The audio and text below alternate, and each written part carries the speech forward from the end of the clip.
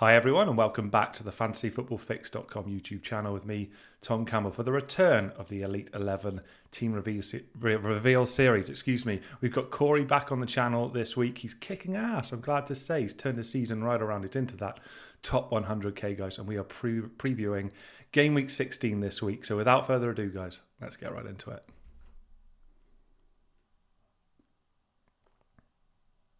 Guys, welcome back to the channel, and apologies for that bumbling intro. You can tell it's been a few weeks since I've spoken to you, but we'll get things back on track, I'm sure. And Corey, welcome back to the channel as well, mate. It's great to see you here. It's great to see this upward trending curve as well, man. You've turned it completely around. Congratulations, man. How's the season going for you? Certainly gone a lot better. Actually, since we talked last, it's been pretty much, I think it has been a green arrow every week. So it's been a welcome change. I've been kind of up and down for the last couple of years. Even when I've had a good run, it's kind of followed by a bad run. And so it's been hard to make progress, but this has been it's been delightful, I will say. Yeah, and I'm really proud, man, and pleased for you because oh yeah, you were pretty despondent initially, and then the last time you and I spoke, you and I just spent 30 minutes looking at one another going, I don't know what to do. I can't imagine it was particularly compelling viewing for everyone, but you've managed to turn it around. So clearly there was something that you did. So talk to me about what you did to turn that season around a few game weeks ago, man. I'm excited. Yeah, it was no strategy really, other than I was tired of my team and I took the leap to go from Holland and a cheap enabler to Salah and then a cheaper but functional forward. And since then, Salah, I mean, he's been amazing all year, right? But he's been ridiculous, and Holland's been really pretty unfortunate. Although he's still, nabbed a couple goals here and there, he could have had a lot more. So it's worked out exceptionally well, better than I could have ever hoped. Yeah. But that was I think it was literally right after our meeting. I looked at it and I'm like, to hell with it. I'm doing this. I'm tired of my team. I just want something different and fresh. Yeah. And I've always liked having Mo on my team. My wife likes him quite a bit. I think it's his smile and maybe his abs. I'm not sure. So it was good to get him back, and it just seemed to turn things around. Smile, abs, FPL points. He's got it all right, and he's been incredible, hasn't he? He's been incredible for this another season of FPL sustained excellence for Mo Salah. So yeah, good on you, man, and into that top 100k. So I've got to ask you, Corey, just before we look back into game week 15, what's the goal now, man? So we're 15 game weeks in, you're top 100k. You've only used one chip. What's the target? I think up until a few years ago, top 10 was always 10,000 was always my goal. That was very difficult to do, but certainly attainable. I think the quality of competition and pure volume has made it to maybe the top 20 is probably a more realistic goal. Anything better than that feels like you just had a real fortunate season. So hopefully from this platform, I can progress. Usually I think the more dedicated players eventually, as the season winds on and we get a double game weeks, they usually start rising. So if I have a better platform to start from, hopefully that results in a higher finish. But I would definitely be happy with anything in the top 20,000. Yeah, it's brave man to bet against that happening with that top 1k finishes you've had and top 5k finishes en masse. So look forward to seeing if we can up those numbers in the top right hand corner come next season, Corey. But let's look backwards before we look forward. Let's take a look at how you shaped up in game week 15. Okay, guys, so we are going to go through this piecemeal as we tend to do. So I'm going to start with the goalkeepers here, and we can look on the bench as well, which is going to be quite interesting in of itself. Obviously, we had that Merseyside derby postponement, which caused a lot of problems. Some people were aware, other folks maybe weren't. But you opted for Fabianski over Flecken. Now, I'm a West Ham fan, so I wouldn't have advised you to do that. But let's just talk around Flecken just quickly, because Brentford's fixtures sour pretty soon. Right, Corey. Is he a person that's on the chopping block for you? I mean, I'd love to get rid of him, but I just can't envision. Maybe there's a chance that a goalkeeper transfer becomes viable, but it's hard to justify moving a goalkeeper unless you absolutely have to. So stick with him. Fabianski has been okay. He's certainly been better than Areola was. The West Ham are terrible, as you certainly know, Hmm. as a West Ham fan. I will drink But to that. Yeah. it's, your 4.5 goalkeepers aren't great. I don't really No. want to spend money there. So I would be shocked if I did that, Okay. barring injury. Okay, so Flecken gets a stay of execution and Fabianski can rotate in with him. Looking at the defence here, and I want to talk to you around Gabriel, Trent Alexander-Arnold as well. You picked up Timber as well. Obviously, we're going to talk around Arsenal defence when we come to the stats review. And you've got Levi Colwill and Aina for Forest there. It looks pretty solid to me, Corey. I mean, not great points in game week 15, but do you have any defensive concerns or overall thoughts for FPL managers and how to invest that money right now as we approach the festive period? How confident are you with your defensive complement right now? Really, at all. I haven't. I've gotten very few clean sheets on the year that aren't Hmm. Arsenal defenders. I have been very fortunate in the last couple of weeks to get a Timber goal and an Aina goal, and both were very lightly owned at the time. So that really has been one of the catalysts to for my upward trajectory. But I mean, Arsenal is the best defense out there. Liverpool is very good as well.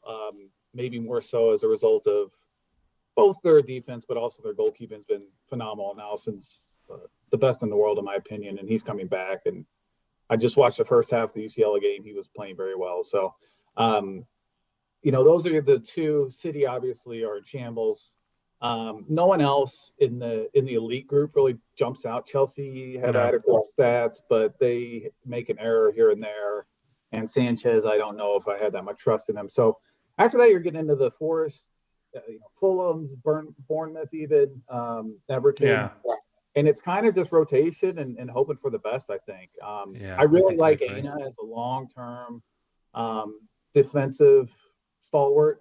Robinson for Fulham is someone I've got my eye on. I went Anderson a few weeks ago, and that was a mistake, which is how I ended up with Timber because Anderson obviously got hurt. But I really Fulham are good. Like Yeah, they're they're a good just flat team, out aren't good. they? They're a good team. Yeah, Yeah. absolutely. And while they continuously seem to give up one goal at home at least, their defensive stats are solid, and Robinson gets forward enough to make him pretty solid at that price point. Yeah, So and I to answer agree. your question, I'm not confident in any defense really, other than Arsenal and Forest to some extent. But so because of that, I'm just not willing to spend a ton of money on elsewhere other than uh, Trent. Yeah, Trent. and obviously I'm Yeah. confident in Liverpool as well. Yeah, it makes total sense. And we'll come on to talk around Chelsea in a moment, Corey, as well, with their great upcoming fixtures. But let's move on to the midfield. And it's a nice segue, actually, isn't it, with that double attacking pivot in the midfield of Cole Palmer with the captain's armband. Great return, great player, cool penalty, what a geezer. And Enzo as well. When did you pick him up as well? Because he's been doing super well, slightly under the radar. Were you an early adopter or is he more of a recent acquisition? Yeah, I picked him up last week Hmm. to enable Trent to come in for Anderson. So Yeah. obviously needed some funds. Buemo, even though he had a great game, he's been doing absolutely nothing. And Brentford have you, as you mentioned, their fixtures are getting ready to turn. So Yeah. and Buemo was definitely someone I wanted to drop. And I didn't have enough money to go to like Simiano or anyone above. I think I had 5-2. And so it came down to Aina and Enzo. And I really I like what I've seen from Enzo. Oh, yeah.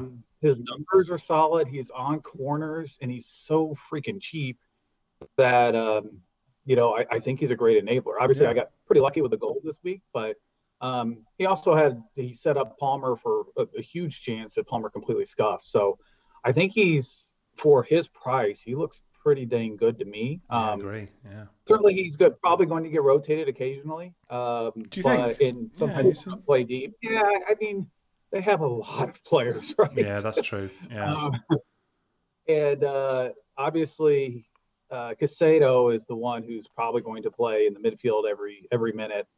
And if Palmer's playing in the midfield as well, then what happens if Hmm. it's Lavia and so. But I do think he's going to play enough, and Chelsea are a great attacking team, and he's involved enough that He he's a is. really good enabler. Yeah, I love it. Really creative selection there. So we've got Mo Salah on the bench. We can probably move over him as we've talked around, lauded him rightly already in this video. But Saka and Rodgers there, I guess they've been mainstays for a while, Corey, I'm assuming. Do you have any misgivings about either player, or are they set fair for the long term? What's your read on let's start with Rodgers?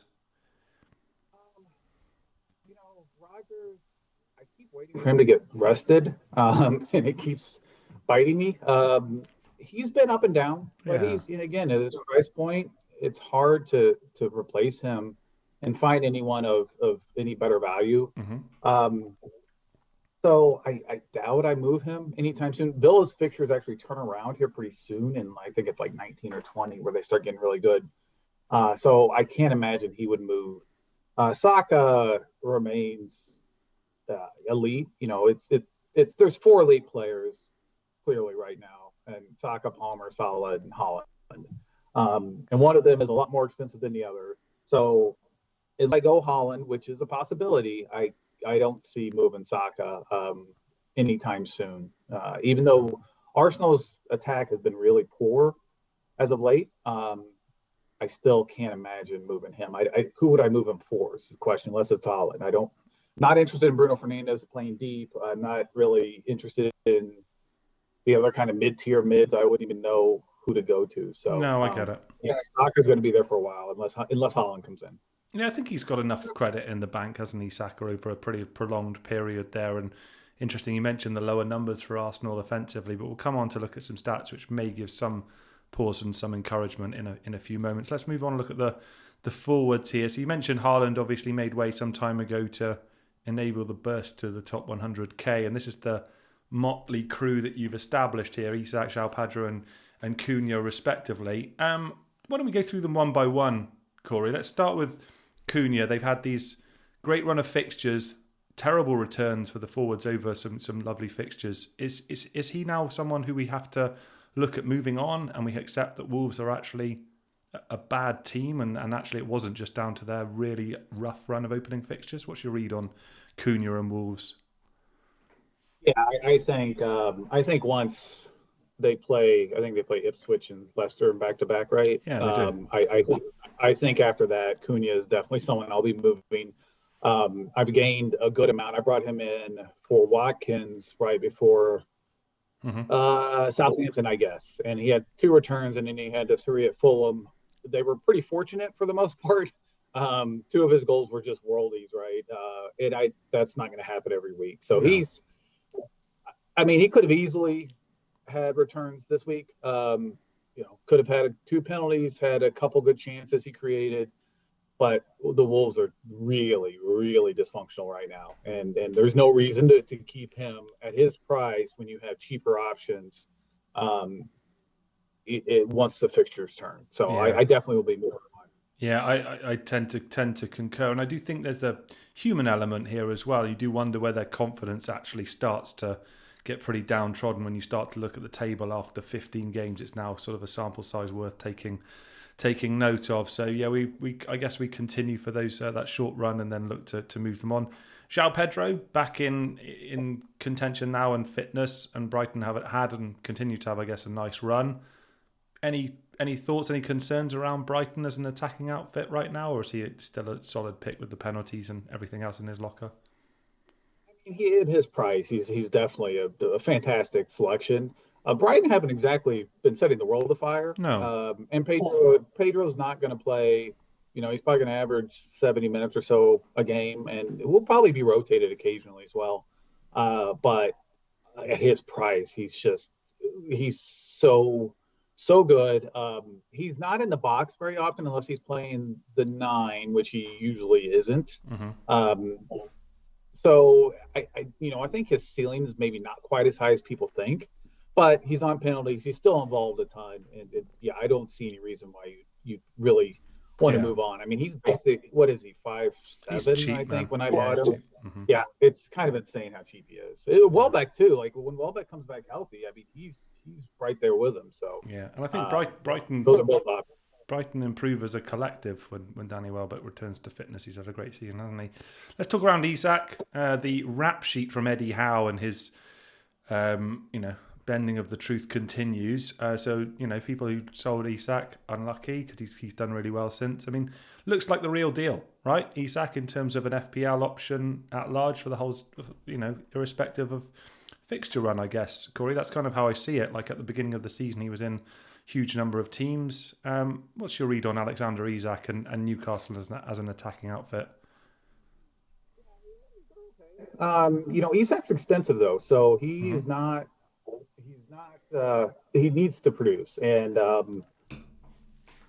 don't know that they seem to struggle against worse teams, right? Like they didn't do anything against West Ham and in Palace, even though Isak got hurt. I mean, I think they had one shot, or maybe two. It was insane how little they produced. So I definitely don't think he's anyone you have to have, and certainly not someone I'm committed to. But they Mm-hmm. do have a few more good fixtures, and then I think comes to that decision point of in 18 or 19 if you want to bring in Holland or not.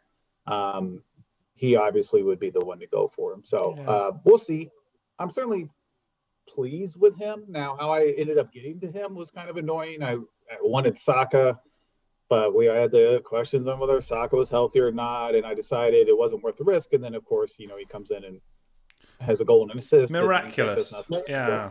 Mm-hmm. Yeah, I really, really don't like Mikel Mm. Arteta No. or anyhow, right? It's really Yeah. difficult to play this game with a lack of information. But yeah, he's fine. I certainly was happy with how he played versus Liverpool, and Mm-hmm. he got his goal last week. He could have gotten a second, as he rounded the keeper, then kind of, Yeah. took I, too wa- long and Flecken blocked it. But yeah, I, he's I, okay.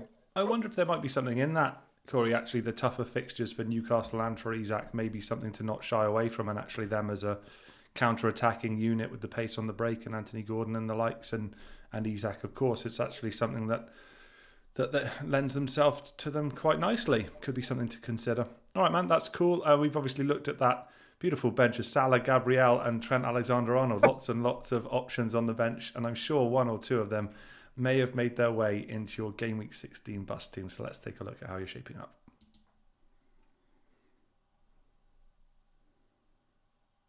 Oh, look at that, guys. Can you believe it? We found a spot for Trent Alexander-Arnold. We found a spot for Gabriel if he's fit, and Mo Salah comes back in with the captain's armband. Let's start with the captain's armband, Corey. I mean, we talked around how good Salah has been, but you did mention Fulham defensively as well. And look, there's tons of good options there, isn't there, for captaincy this week? You've got to be anticipating a pretty high-scoring game week. Any temptation at all for captaincy elsewhere?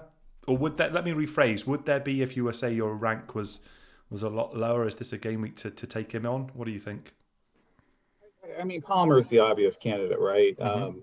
Brentford have been really open, especially on the road, and Palmer's an intriguing. He's a challenge for me. I typically like high volume players, especially when you're looking at his price, and he Sure. really isn't a high volume player. He doesn't take a lot of shots, especially in the box.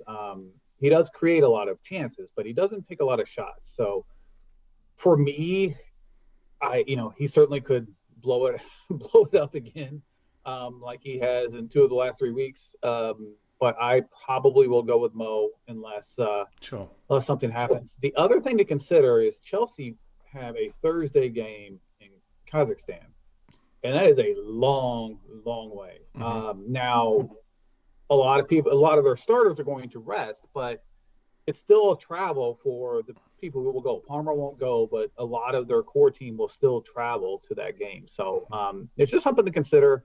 That's in the back of my head. Definitely. Yeah. So yeah, so it's just one of those things that you think about. So I'm probably going to stick with Mo unless something changes. Yeah. No, I completely get that, man. No, there's talk that there's been some training concerns around some of the Arsenal defence as well, Corey. So let's do sort of scenario planning here. If both of them are ruled fit and available for the weekend, if we get that from Arteta, or straight away we wouldn't believe him, but let's say we take him at face value, not something I'd recommend doing. Would you be looking to roll a transfer this week, Corey? Your team looks pretty damn strong, right? Honestly, I'll roll even if they're both out. I'm Okay. fine playing Colwell and Aina. Mm-hmm. No qualms. I mean, Aina at home, probably not, likelihood of a clean sheet, but it's not worth Yeah, bringing in some other random defender. Unless we start learning that Gabriel and Timber's probably just being rested for sure. load management. But unless we learn Gabriel's out for a while, I'm definitely going to be rolling. And there's no reason to do that with the defensive options I have. Yeah, no, completely agree with that. So it looks set fair for another green arrow, and this surge up the table continues, Corey. So I think we don't probably need to dwell on that. The team kind of picks itself there. It's got some nice strength on the bench if you do need to call on it there, and the captaincy for Mo Salah. It's hard to argue against that. Guys, we're just going to move on now and take a look at my favourite section of the video, the stats roundup from the last 4 game weeks.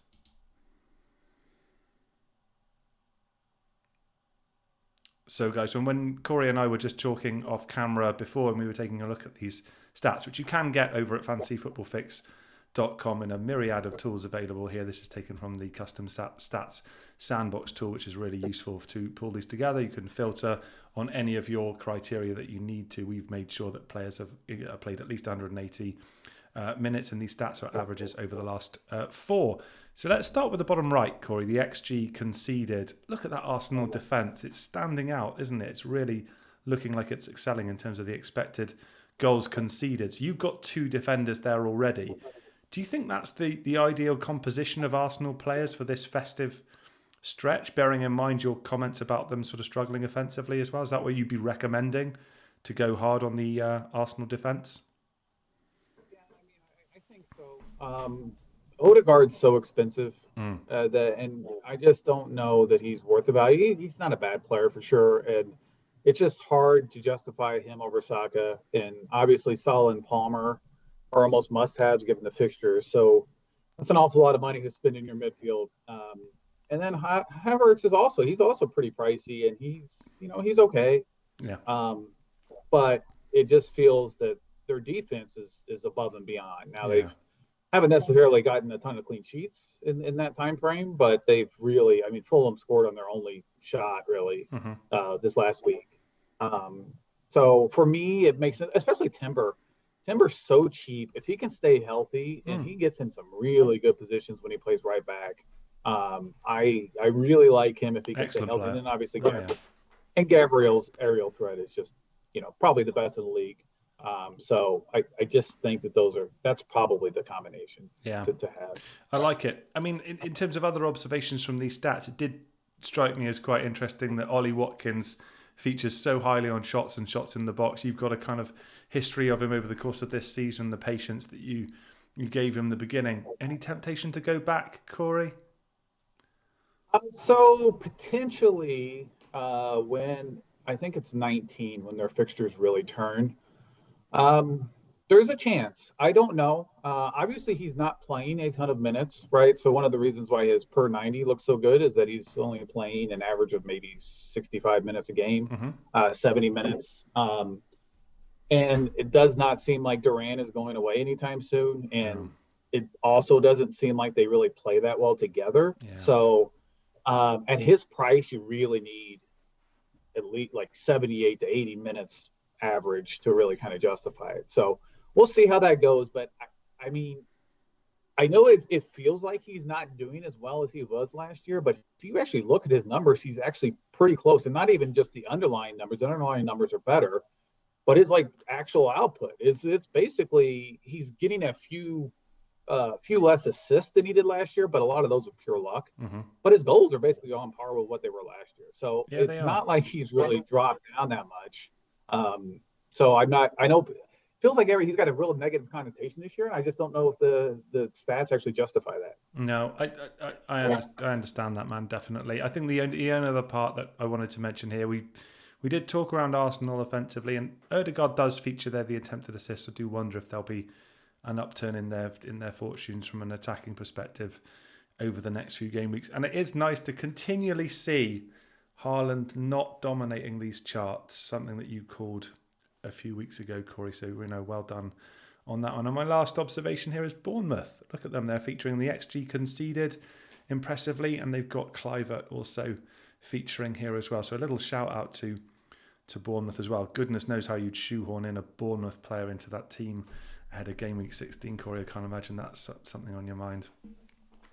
Anyway, I thought about going with a defender until I decided to go with Trent. And I thought about Simeone as well. So I actually yeah. thought about double Bournemouth, but I decided the Trent Enzo path was better given my team structure. Yeah, Trent and Enzo versus Semenyo and a Bournemouth defender feels like a sensible as a Bournemouth midfielder sensible conclusion. Corey, mate, it's been great to catch up. I'm so pleased this season has turned around. Good on you. I'm sure you'll credit it all to fantasyfootballfix.com, or at least maybe part of it. But is there anything else you wanted to get off your chest before we wrap things up? No, I mean, I think I'd mentioned it multiple times. It feels like if if Holland is going to be an option, game week 18 or 19 is when he becomes an option, and if not, he does not become an option for a while for me. So it'll be I'll be watching very closely for the next couple of weeks to see both how City play and how Arsenal play. I think, and to some extent Chelsea, but Yeah. it'll be very interesting to see what path I take. Yeah, definitely. We'll watch with interest. And you can, of course, guys, head over to fantasyfootballfix.com and follow the thoughts and the actions of all of the FPL elite managers via the site, and the push notifications are enabled. I'd encourage you to do that. Please do also smash a like on the video on your way out and leave a comment for myself and or Corey down below, and we'll get back to you. And guys, good luck ahead of Game Week 16, and I will be back with you with another video next week. Take care. Bye-bye.